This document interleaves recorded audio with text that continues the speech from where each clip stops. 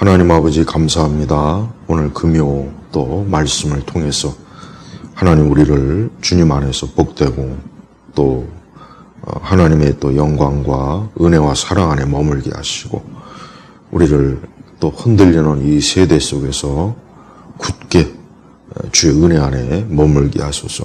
감사하며 예수님의 이름으로 기도 올렸습니다. 아멘. 자, 열왕기상 8장 오늘은 이제 54절에서 66절 이제 솔로몬의 기도의 이제 끝 부분을 이제 합니다. 솔로몬의 기도는 참 아주 그 기도 내용 하나하나가 우리 모든 그리스도인들이 유심히 살펴봐야 될 참 귀한 그런 기도의 내용입니다. 솔로몬은 성전을 다 완공하고 나서 이제 그 성전에서 이스라엘 백성들 전체를 대표해서 하나님 앞에 기도를 하는 것입니다. 근데 성경에는 그 다른 그 성전 완공한 이후에 여러 행사가 있겠지만 성경은 솔로몬의 기도를 가장 많은 비중을 차지해서 이 성경의 기록을 성령께서 기록해 놓으신 거예요. 그만큼 솔로몬의 기도가 아주 중요하고 그 기도의 내용 하나하나가 우리가 꼭 사실은 참 세밀하게 살펴봐야 됩니다. 그래서 우리는 우리 자신이 기도할 때도 그렇고 또 하나님께서 우리의 기도를 어떻게 또 받아주시는가에 대해서도 그렇고 우리가 한번 봐야 되겠습니다. 54절에 보면은 솔로몬이 여호와께 무릎을 꿇고 하늘을 향해 그의 팔을 벌리고 이 모든 기도와 간구를 마친 후 여호와의 제단 앞에서 일어나. 그렇습니다. 자, 솔로몬이 하나님 앞에 기도하는 모습을 보십시오. 첫째는 무릎을 꿇고, 그래요. 무릎을 꿇는다는 건 뭐겠습니까? 하나님께 복종한다. 하나님 앞에 낮아지는 것이고 하나님 앞에 겸손해지는 것이고 하나님을 높이는 것이에요. 그래서 우리 성도들은 항상 하나님 앞에 무릎을 꿇는 그러한 심령, 그런 마음을 가져야 돼요. 또 항상 하나님 앞에 무릎을 꿇는다는 것은 하나님을 의지하고 또 하나님만을 따른다는 의미죠. 그래서 솔로몬은 왕 아닙니까? 왕이 무릎 꿇는 대상이 사실 누가 있습니까? 없어요. 전부 다 왕 앞에 와서 무릎을 꿇어야지 왕이 무릎을 꿇는 대상은 없어요. 그러나 솔로몬은 하늘에 계신 하나님께 무릎을 꿇는 거예요. 이 땅에 있는 모든 사람들, 특별히 권력을 가지고 힘이 있고 능력이 있고 정말 뭐라 그럴까, 좀 남들보다 훨씬 더 많은 재능과 또 힘 있는 그런 사람들이 하나님께 무릎을 꿇는다면 이 세상이 얼마나 좋아지겠습니까? 그러나 이 세상은 힘이 있고 능력이 있고 뭐 돈이 많고 뭐 조금이라도 더 자기가 잘난 게 있으면 절대 무릎을 꿇지 않죠. 더더군다나 뭐 하나님 앞에 무릎을 꿇지는 않습니다. 그래요. 이 세대가 왜 이렇게 점점 어두워갑니까? 하나님께 무릎을 꿇는 사람이 없기 때문에 그러는 거예요. 하나님께 무릎을 꿇지 않아요. 하나님에게 도움을 구하지 않습니다. 하나님에게 복종하지 않습니다. 순종하지 않습니다. 하나님을 따르지 않습니다. 하나님의 존재에 대한 그 영광스러움이 없습니다. 점점 이 세상은 어때요? 하나님을 향하여 계속해서 등을 돌리고 있어요. 그런 세상이 더 많은 혼란과 더 많은 고통과 괴로움이 가득할 수밖에 없는 거예요. 자, 누가 되었든지 하나님께 무릎을 꿇는 그 사람이 참 복된 사람이에요. 하나님께 무릎을 꿇고 하나님 앞에 나온다는 거, 그것만큼 좋은 게 어디 있습니까? 그것만큼 안전하고 그것만큼 위로가 되고 또 그것만큼 정말 인생에서 가장 좋은 때는 없는 거예요. 그 다음에 하늘을 향해 그의 팔을 벌리고, 하늘을 향해. 이게 전통적인 유대인의 기도 방식은 서서 기도하는 거나 아니면 이렇게 솔로몬처럼 무릎을 꿇고 하늘을 향하여 두 손을 벌려. 역시 하늘을 향해 그의 팔을, 왜 하늘을 향해서 그의 팔을 벌리겠습니까? 그건 바로 하나님의 보좌, 하나님이 임재하시고 하나님의 영광스럽게 거하시는 그 하나님의 나라, 그곳을 향해서 손을 벌리는 거예요. 자, 무릎을 꿇고 하늘을 향해 손을 벌리는 것, 이것만큼 참 아름다운 모습은 없어요. 우리 성도 여러분, 여러분의 인생에 있어서 항상 가장 많은 좋은 모습이 뭐냐? 이렇게 하나님께 무릎을 꿇고 하늘을 향해 그의 팔을 벌리는 것. 바로 이게 가장 좋은 모습이에요. 이와 같은 일을 가장 많이 하십시오. 우리 주 하나님의 아들 예수 그리스도께서도 이 땅에서 그분이 하신 많은 일들 중에 가장 그분이 좋아하는 게 뭔지 아십니까? 오늘 솔로몬과 같이 무릎을 꿇고 하늘을 향하여 두 팔을 벌리며 그 하나님에게 기도하는 것. 하나님의 아들 예수 그리스도 그분께서도 그것을 가장 즐겨 또 존귀하게 또 습관적으로 하셨어요. 우리도 항상 하나님 앞에 나와야 됩니다. 하나님을 향해 두 팔을 벌려야 됩니다. 그건 뭐겠습니까? 하나님께서 우리를 돌아보시고 또 우리를 이끌어 주시고 우리의 손을 붙잡아 주시고 우리를 항상 하나님 가까이로 이끌어 주시고 우리가 흔들리거나 요동하거나 무너지지 않게 해달라는 그런 뜻이에요. 솔로몬이 왜 이런 기도를 하겠습니까? 그것은 자기가 왕이지만 자기 힘으로 능력으로 이 이스라엘 국가를 통치할 수가 없다는 걸 잘 아는 거예요. 자기 지혜와 능력으로는 여기 이 많은 하나님의 귀한 이 백성들을 제대로 통치할 또 좋은 그런 저들을 좋게 할 수 있는 그런 정치나 그런 힘을 발휘할 수가 없는 걸 아는 겁니다. 그래서 하나님 앞에 이렇게 무릎을 꿇고 기도하는 거예요. 우리나라는 기독교 역사가 짧고 또 이 정치권에 하나님 잘 믿는 사람도 없죠. 표면적으로는 종교란에 기독교라고 하지만 진짜 정치인들 중에 기독교, 즉 하나님을 향하여 무릎을 꿇고 기도하는 사람이 얼마나 되겠습니까? 사실 정치하는 사람들이 예수님 잘 믿는 사람이 많아야 돼요. 사실은 정치 영역에 참 하나님을 향하여 무릎을 꿇고 두 팔을 벌리며 하나님께 도움을 구하는 사람들이 사실은 많아야 됩니다. 그런 정치인들이 많으면 그 사회와 국가는 정말 복된 거예요. 왜? 한 나라와 한 사회를 통치하는 그런 권력과 힘을 가진 사람들이 하나님에게 나아가서 지혜를 구하고 하나님에게 가서 그냥 도움을 구하고 하나님을 의지한다면 얼마나 그 사람들이 이 하나님의 뜻대로 이 세상을 통치하지 않겠습니까? 그러나 알다시피 우리나라는 이 정치하는 사람들이 하나같이 대부분이 다 자기 자신을 그리스도인이라고 해도 명목상에 그냥 종교란에 그거 외에는 없어요. 기도도 안 할 것이고 말씀, 예배, 하나님을 온전히 섬기는 그런 게 없습니다. 그리고 대부분은 다 이방 종교, 이교도. 그래서 선거철만 되면은 절에 가서 합장하고 그러죠. 그런 모습들이 결국은 뭐예요? 이 나라가 하나님을 섬기지 않는 자들이 대통령도 되고 국회의원도 되고 시의원도 되고 공직자가 되면은 나라가 어떻게 되냐? 나라가 엉망이 되는 것이고 무너지는 것입니다. 지금 그 어느 때보다 그런 현상들을 우리 그리스도인들이 보고 있어요.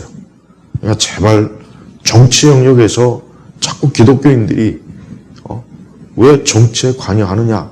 왜 정치를 자꾸 그런 말을 하면 안 돼요. 정작 이 사회와 이 국가를 어떤 제도나 법을 만들고 그런 것들을 형성해서 사람들의 그 많은 일상의 삶에 또 인생에 직접적으로 간접적으로 영향을 주는 그런 일을 하는 사람이 우상을 섬기는 사람이면 좋겠습니까? 하나님을 경외하는 사람이면 좋겠습니까? 난 우리 한국교회가 이 정치에 대해서 이렇게 무관심하고, 무슨 교회가 정당을 만들라는 게 아니에요. 교회가 무슨 뭐 선거에 개입하라는 게 아니에요. 하나님을 경외하는 그런 정치인에 대해서 관심을 가지고 이제 그런 걸 생각해야 되는데, 오히려 우리 한국교회는 한국교회 자체가 지금 뭐 이 좌파들이 완전히 다 점령을 해버려가지고 목사들도 좌파요. 그 밑에 있는 교인들도 좌파요. 기독교, 언론, 기독교에 관련된 많은 단체들도 다 이 좌파들이 휘어잡고 있어서 이 대한민국 자체가 그렇잖아도 위태위태한데 교회 상태도 너무나 안 좋아요. 사실 그것은 적그리스도적인 것이고 마귀적인 것이에요. 솔로몬은 하나님 앞에 겸손하게 무릎을 꿇고 하나님 앞에 뭐합니까? 그 말씀에 보니까 모든 기도와 간구를 마치노. 그래요. 솔로몬은 하나님 앞에 기도하고 간구할 게 많았어요. 우리가 봤지 않습니까? 하나님 앞에 기도하고 간구할 게 많았어요. 왕이지만 그 왕의 권세와 능력이 탁월하지만 그러나 하나님 앞에 기도하고 간구하지 않으면 안 된다는 것. 그렇지 않으면 자기도 죽고 백성들도 죽고 나라도 죽고 사회도 죽는다는 것을 아는 거예요. 왕이 이렇게 권세 있는 왕도 하나님 앞에 기도와 간구를 한다면 우리 같은 평범한 사람은 당연히 하나님 앞에 기도하고 간구해야 되지 않겠습니까? 제발 많은 그리스도인들이 자기가 살아가는 일에 있어서 하나님 앞에서 어떤 것을 많이 하는지를 좀 봐야 돼요. 정말 솔로몬과 같이 무릎을 꿇고 두 손을 들고 하나님께 기도와 간구를 하는 것이 많은지 이와 같은 일은 그냥 극히 적고 이와 같은 일은 그냥 형식적이고 이런 일에는 아예 뭐 관심도 없고 다른 많은 활동적인 일, 우리 교회 안에 활동적인 일이 많죠. 뭐 성가대도 있고 뭐 찬양단도 있고 뭐 전도훈련도 있고 뭐 제자훈련도 있고 뭐 많아요. 근데 그거보다 가장 우선시돼야 되고 가장 많은 비중을 차지해야 될 게 뭐냐? 바로 성도, 우리 그리스도인, 교인 한 사람 한 사람이 살아계신 하나님께 이렇게 기도하고 간구하는 것이 가장 많아야 되는 거예요. 그런데 이게 가장 적죠. 가장 적을 뿐만 아니라 아예 이와 같은 일을 기피하는 시대가 지금 우리 시대 교회의 모습이에요. 솔로몬은 하나님의 백성들이 어떻게 되길 원했냐? 그것은 56절을 보니까 안식이요. 통치자의 가장 중요한 그 목적이 뭐냐? 자기가 통치하는 국가와 사회가 안정되는 거예요. 전쟁이나 환란이나 테러나 어떤 재해가 없는 거죠. 바로 솔로몬은 자기 백성을 위해서 그걸 하나님 앞에 구합니다. 좀 안식. 이스라엘에게 안식이. 우리도 안식 좋아하잖아요. 우리가 주일이 사실 어떤 날입니까? 안식일이거든요. 쉬는 날이에요. 편안한 날이에요. 안정되는 날이에요. 우리와 우리의 삶이 정말 안식이 있으려면 어떻게 해야 되겠습니까? 우리 역시 하나님 앞에 나와서 그분에게 주여 내 삶에 안식을 주십시오. 내 삶에 안정을 주십시오 하고 하나님 앞에 기도와 간구를 하는 것이. 그러니까 하나님께서는 자기 백성들이 안식하는 걸 하나님 기뻐하죠. 하나님 그걸 싫어하지는 않겠죠. 당연히. 그런데 이스라엘 백성이 어떻게 해야 안식할 수 있느냐? 그것은 여기 61절을 보니까 내 마음이 온전히 여호와 우리 하나님과 함께 있어. 마음이 하나님과 함께 있어. 오늘날 그분의 규례 가운데서 행하면 그분의 명령들을 지켜라. 그러니까 안식을 얻으려면 우리의 삶에 안식이 있길 원한다면 다른 것보다 뭡니까? 우리의 마음이 하나님과 함께 항상 우리의 마음이 그분을 향해 있고 우리의 마음이 그분의 말씀에 있고 우리의 마음이 늘 하나님에 향하여 늘 그쪽으로 제가 이 마음의 문제에 대해서는 이제 잠시 후에 신앙 강좌에서 좀 자세하게 다루겠습니다. 그렇습니다. 이스라엘 백성들이 우리가 구약 성경에 보면은 이스라엘 백성들이 하나님께 마음을 향할 때 하나님과 함께 하나님을 향하여 그 마음이 향할 때 이스라엘은 평안했어요. 진짜 안정됐어요. 근데 그 마음이 우상을 향해 있고 특히 우상 그 마음이 살아계신 하나님이 아닌 우상을 향해 있고 하나님을 기뻐하지 않는 곳을 향해 있으면은 이스라엘의 안식이 확 무너져요. 확 깨져버려요. 그래서 너희 마음이 온전히 여호와 우리 하나님과 함께 있어. 그것도 그냥이요? 아니죠. 온전히. 근데 이스라엘 백성들이 구약의 역사를 보면은 그 온전히 그 마음이 하나님과 함께 있지 못해서 왜 그러냐? 그 주변의 이방 민족들의 신이 굉장히 화려하고 겉모습이 거대하고 강했거든. 그러니까 이스라엘 백성들이 보이지 않는 하나님을 믿는 게 왠지 좀 답답하고 왠지 뭐 약하고 뭔가 좀 부족해 보였던 것 같아요. 그러니까 자꾸 그 마음이 어때요? 딴 데로 향하는 거예요. 딴 데로. 자꾸 애굽의 신, 바벨론의 우상, 주변의 온갖 가나안의 그 잡다한 귀신과 우상 그쪽으로 자꾸 이스라엘 백성들이 마음이 향하니까 하나님께서 그럴 때마다 이스라엘 백성들을 계속 어때요? 치시는 거예요. 계속 쳐요. 네. 사사기에 보면 잘 나오지 않습니까? 그 이후에 이제 가나안에 들어가서 보면은 이스라엘 백성들이 그 가나안에 있는 온갖 잡다한 우상과 이방 민족들의 그 문화를 자꾸 받아들이니까 하나님께서 그럴 때마다 이스라엘 백성들을 계속 어때요? 계속 막 치는 거예요. 네. 바로 그거예요. 그러니까 하나님께서 치니까 어때요? 안식이 없어요. 평안이 없어요.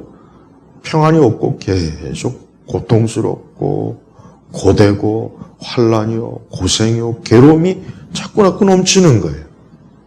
근데 그 원인이 뭐냐? 다른 게 아닙니다. 하나님을 향하여 그 마음이 가지 않는 거예요. 60절에 보니까 세상의 모든 백성들이 여호와만 하나님이시며 다른 신은 없다는 것을 깨닫게 하시길 원한다. 여러분, 하나님께서는 오늘 보니까 이 이스라엘 백성들의 소망이 뭐냐? 하나님, 온 세상의 모든 민족과 모든 족속과 모든 이 땅에 있는 사람들이 하나님만이 살아계신 분이라는 것을 알기를, 깨닫기를 바란다. 그게 이스라엘의 백성들의 소망이에요, 소망. 그런데 보니까 이스라엘 백성들 자체도 그렇고 안타깝지만 이 열왕기상 8장에 이 참 거룩하고 경건한 기도를 하는 솔로몬조차도 나중에는 어때요? 그 마음이 하나님과 함께 가지 못하고 우상을 따라가는 거예요. 우상. 그래서 하나님께서 얼마나 그 이후에 이스라엘 백성들의 역사를 보십시오. 그것 때문에 이스라엘 백성이 얼마나 많은 고통과 고생과 괴로움을 당했습니까? 그건 하나님께서 자기 백성을 향한 사실 징계죠. 징계입니다. 오늘 우리도 마찬가지입니다. 사실 오늘과 같이 이렇게 또 다종교 사회, 또 다문화 사회, 또 수많은 이념과 철학과 가치관, 세계관들이 막 범벅이 되죠. 네. 이 땅에 있는 수많은 문화들이 사람들한테 다양한 세계관, 인생관을 막 제공해요. 그러다 보니까 지금 사람들 역시 그 어느 때보다도 혼란스럽고 각자 다 자기가 좋아하는 방식대로 인생을 살아요. 그게 멋있고, 그게 자유롭고, 누구도 나에게 터치하지 마, 나에게 뭐라 그러지 마, 내 삶은 내 것이야. 지금 시대가 그 어느 때보다도 이와 같은 이런 인생의 태도가 강해요. 젊은 사람들이나 중년의 사람이나 나이 든 분들이나 똑같습니다. 근데 그 결과가 뭡니까? 안식이 없어요. 평안이 없는 거예요. 고통이요. 괴로움이에요. 계속해서 시달려요. 그러면서도 왜 그러지? 이게 왜 그러지? 그러면서 또 여기저기 또 뭔가 또 찾아요. 이것도 찾아보고 저것도 찾아보고 그러나 답은 하나밖에 없습니다. 모든 인생들은 하나님을 향해 가야 돼요. 모든 인생들은 누구나 것 없이 주님을 향해 나와야 돼요. 그 하나님의 아들 예수 그리스도에게 와야 돼요. 그 마음이 우리 예수님에게 와야만 어때요? 그때부터 이제 안식이 주어지는 거예요. 인생에 있어서 이 안식은 중요한 거예요. 누구나 다 알고 있어요. 누구나 다 자신의 삶이 평안하고 안식을 원하잖아요. 근데 그러려면 어떤 방법이 있겠습니까?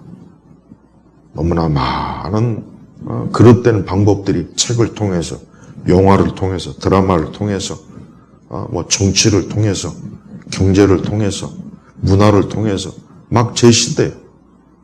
하지만 그런데 눈을 돌리지 마시고 어디에 눈을 돌리십니까?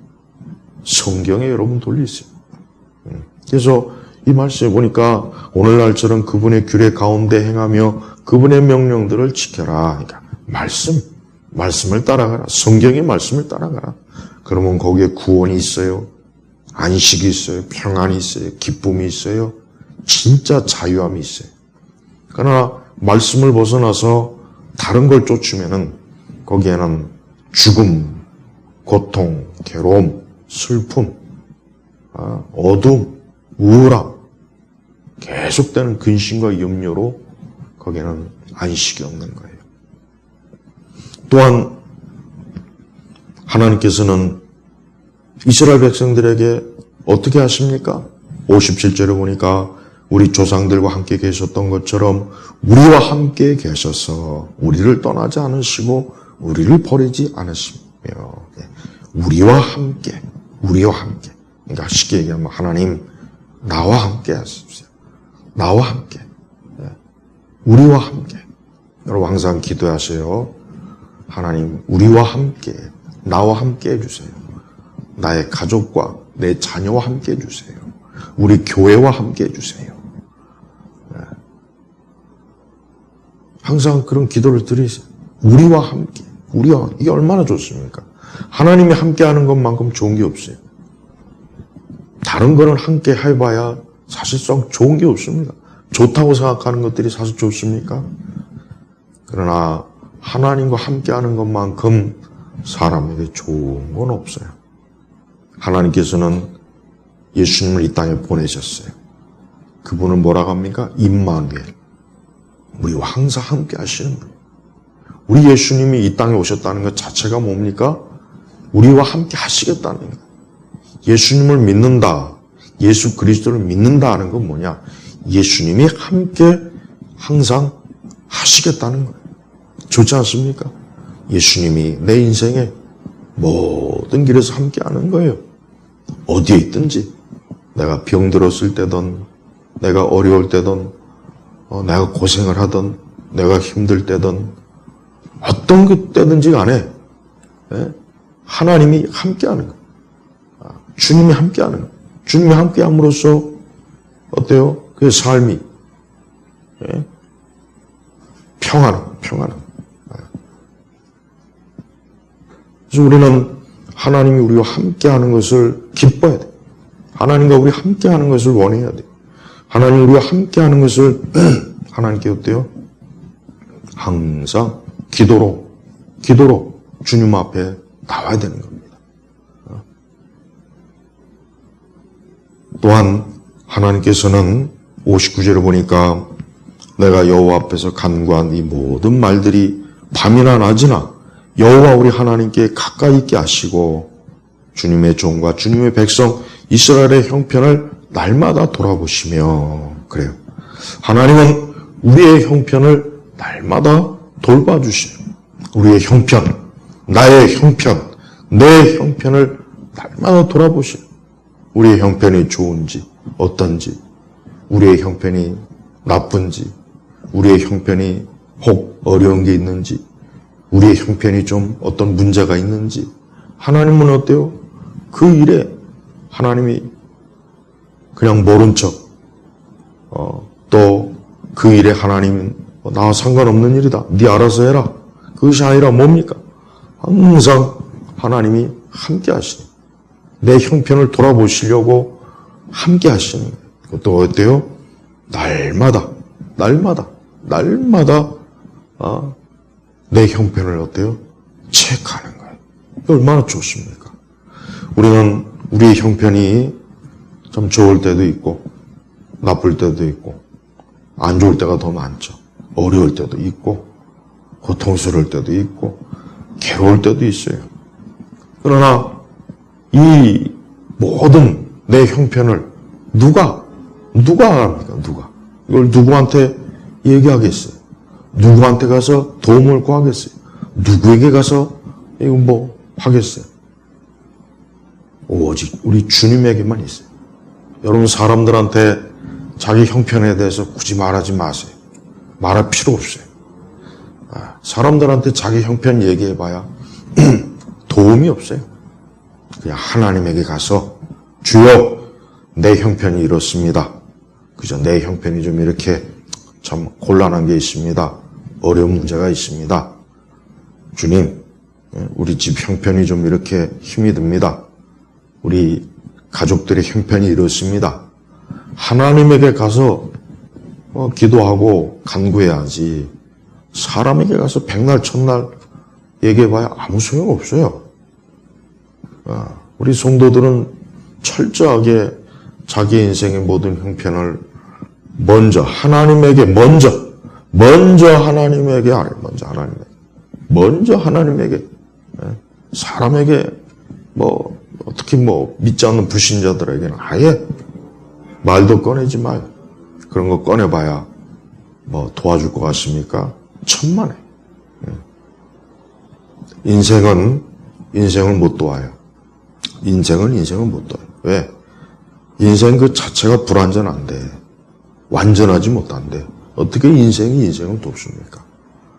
인생을 돕는 건, 사람을 돕는 건 그 사람을 지으신 창조주 하나님 외에는 그 사람을 정말 도울 수 있는 존재는 없어요.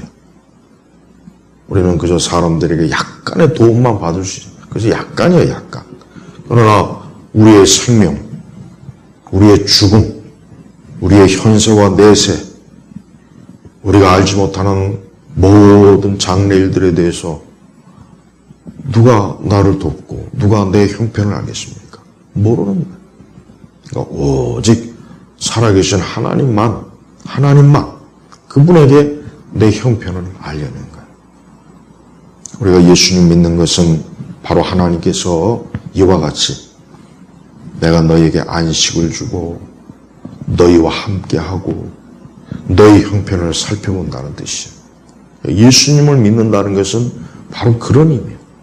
예수님께서는 이제 하나님의 자녀가 된 그 사람들의 그 인생들에게 이제 이와 같은 하나님의 그 사랑을 베풀어 주시는 분이 바로 예수님이에요.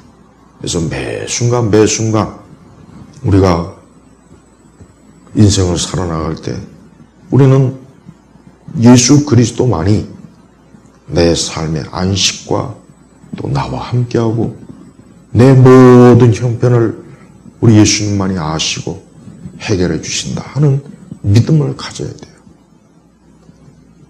세상은 갈수록 많은 사람들이 어때요? 각자 홀로 파편화돼. 가면 갈수록 어때요? 사람들의 삶은 파편화되고 홀로 있고, 그러니까 사람들이 어때요? 방황을 더 많이 하고 더 많은 정신적인 고통을 겪고 괴로움을 겪고 어려움을 겪는 거예요.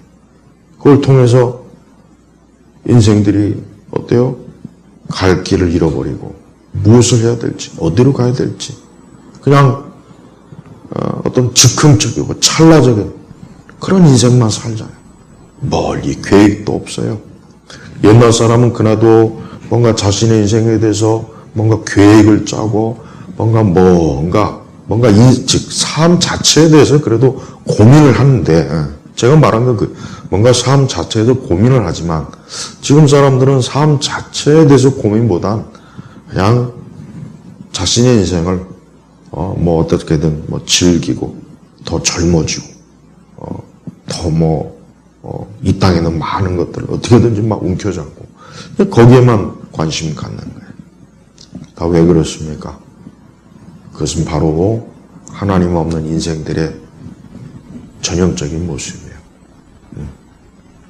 솔로몬은 자기 자신을 비롯해서 이스라엘 백성들이 하나님에게서 버림받거나 하나님께 도움을 받지 못하거나 또 그 형편을 하나님께서 살펴주지 않거나 또 안식이 없거나 솔로몬은 그렇게 되지 않기를 하나님 앞에 구한 거예요. 그렇게 되지 않기를 하나님 앞에 구한 거란 말이에요.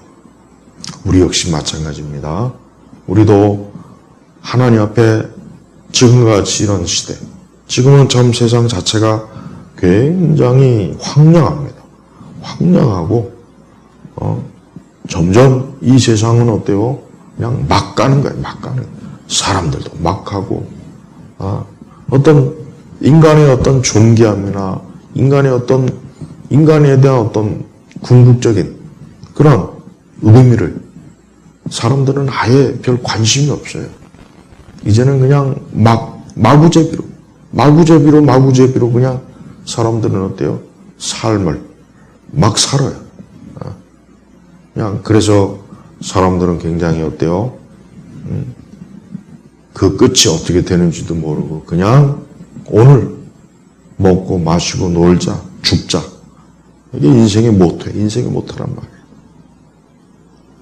솔로몬은 바로 그렇게 되지 않기를 자신도 그렇고 이스라엘 백성들도 그렇게 되지 않기를 하나님 앞에 간절히 하나님 앞에 구한 겁니다. 끝으로 64절에 보면은 그날에 왕이 여호와의 전뜰 가운데서 거룩하게 구별하고 사람들이 거기서 번제와 곡식제, 화목제 기름을 드렸으니 여호와의 전 앞에 있는 놋제단에 자아가서 번제와 곡식제, 화목제 기름을 감당할 수 없었기 때문이다. 솔로몬은 이제 봉헌식의 그 마침을 뭐로 합니까? 하나님 앞에 제사로 마무리하는 거예요. 그렇습니다. 이스라엘 백성들의 이 성전의 중요한 목적이 뭡니까? 제사하는 것이에요. 제사. 제사가 뭡니까? 우리 한국식 제사 있죠? 상 차려놓고 돌아가신 부모나 할아버지 어쩌고 그런 제사가 아니에요. 그런 제사가 아니라 살아계신 하나님에게 그 하나님을 경외하고 그 하나님을 사랑하고 또 그 하나님께로부터 죄를 용서받고 그 하나님께로부터 정결함을 받는 그게 바로 구약의 제사의 본질이에요. 그러나 이 제사는 이스라엘 백성 스스로가 할 수 있는 게 아니에요. 하나님께서 허락을 해주셨고 하나님께서 허용을 하신 거예요. 그러니까 하나님 편에서 이 제사도 할 수 있도록 하나님이 길을 열어주셨어요. 그래서 이스라엘 백성들은 어때요? 거룩한 민족이에요. 거룩한 백성이에요. 오늘 신약교회가 이 제사의 이 영적 의미가 뭡니까? 바로 예수 그리스도의 십자가입니다. 예수님의 십자가가 바로 뭐예요? 우리 교회, 우리 성도들이 하나님 앞에 나아갈 수 있는 길, 하나님 앞에 정결하게 할 수 있는 길, 하나님 앞에 거룩하게 나아올 수 있는 길을 하나님께서 직접 마련해 주신 게 이게 십자가입니다. 이게 십자가. 그래서 예수님의 십자가는 가장 중요한 거예요. 가장 중요한 겁니다. 예수님의 십자가가 없으면은 기도도 할 수 없어요. 예배도 드릴 수 없습니다. 예수님의 십자가가 없으면 우리는 하나님과 아예 원수가 돼서 하나님을 알지도 못하고 찾을 수도 없고 그러나 그리스도의 십자가, 예수 그리스도의 십자가가 있기 때문에 이제 어때요? 우리가 하나님 앞에 나아갈 수 있는 거예요. 그리고 이 길만이 생명이요, 소망이요. 이 길만이 살 길이에요. 그래서 이스라엘 백성이 다른 민족들하고 솔직히 다른 게 없어요. 이스라엘 백성이 무슨 뭐 대단한 뭐 다른 게 있습니까? 없습니다. 똑같아요. 그러나 이스라엘 백성이 위대하고 대단한 건 바로 살아계신 하나님에게 제사를 할 수 있기 때문에 그래서 이스라엘 백성이 다른 겁니다. 우리가 유대인, 뭐 이스라엘 뭐 이런 표현 많이 쓰잖아요. 그러니까 구약 성경의 관점에서 이스라엘이 다른 사실 이스라엘 백성은 소수예요. 작아요. 다른 그 거대한 애굽이나 바벨론에 비하면 뭐 그 페르시아나 거기에 비하면 진짜 한 줌밖에 안 됩니다. 근데 그 한 줌밖에 안 되는 그 민족이 그 백성이 왜 위대하냐? 살아계신 하나님에게 유일하신 하나님에게 제사를 드리기 때문에 그래서 위대한 겁니다. 로마가 얼마나 강대합니까? 그리스가 얼마나 대단합니까? 애굽이 얼마나 찬란합니까? 바벨론이 얼마나 화려합니까? 그런데 그 모든 것도 하나님께 제사하는 이스라엘에 비하면 그저 썩은 낙엽에 불과한 거예요. 아무것도 아닌 거예요. 그래서 사실 주변 민족들이 이스라엘을 조롱하고 비웃지만 결국 주변 민족들은 다 망했어요. 주변 민족들은 다 망했어요. 바벨론도 망했고 로마도 망했고 그리스도 망했고 애굽도 망했고 다 망했습니다. 그러나 그 한 줌밖에 안 되는 그 초라한 이스라엘은 여전히 강한 생명력을 가지고 존재해요. 왜 그렇습니까? 저들은 택한 백성이거든요. 저들은 하나님을 제사하는 민족이기 때문에 그러는 거예요. 그러나 하나님께서는 궁극적으로 교회를 통해서 이제는 자기 백성과 하나님의 자녀를 구별해냈어요. 그래서 교회로 와야 되는 거예요. 이제는 예수 그리스도를 믿어야 되는 거예요. 그분을 통해서 이제 하나님을 경외하고 하나님 사랑해야 돼요. 그분을 통해서 인생을 살아야 돼요. 그렇지 않으면 다른 모든 것들은 다 소용이 없어요. 오늘 하나님이 우리에게 주신 이 말씀은 우리 모든 성도들에게 인생을 살아가는 데서 가장 중요한 것을 알려줘요. 우리는 우리 홀로 인생을 사는 것이 아니라 하나님과 함께, 주님과 함께, 예수님과 함께, 예수님이 주시는 안식, 또 예수님께서 내 모든 형편을 아시고 또 나를 정결하게 하시고 또 나를 온전케 하시며 내 인생을 영광으로 영생으로 이끄시는 그 하나님 아버지의 뜻을 오늘 이 말씀을 통해서 우리에게 보여준 겁니다. 오늘 이 말씀을 듣는 모든 분들이 자신의 인생을 잠잠히 돌아보면서 하나님이 없이 주님이 없이 과연 그 인생이 정말 괜찮은 인생인가 삶인가 돌아보셔야 돼요. 인생은 하나님이 계셔야만 의미가 있어요.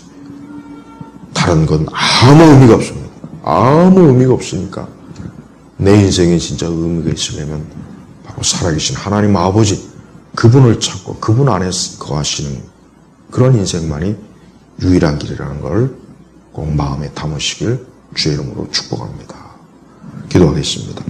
하나님 아버지 감사합니다. 오늘도 이 금요일 말씀을 통해서 이 말씀을 듣는 모든 이들이 예수 그리스도를 믿음으로 하나님을 아버지로 모시는 최고의 영광과 축복을 받도록 하나님 은혜를 베풀어 주옵소서. 감사하며 예수님의 이름으로 기도 올렸습니다. 아멘.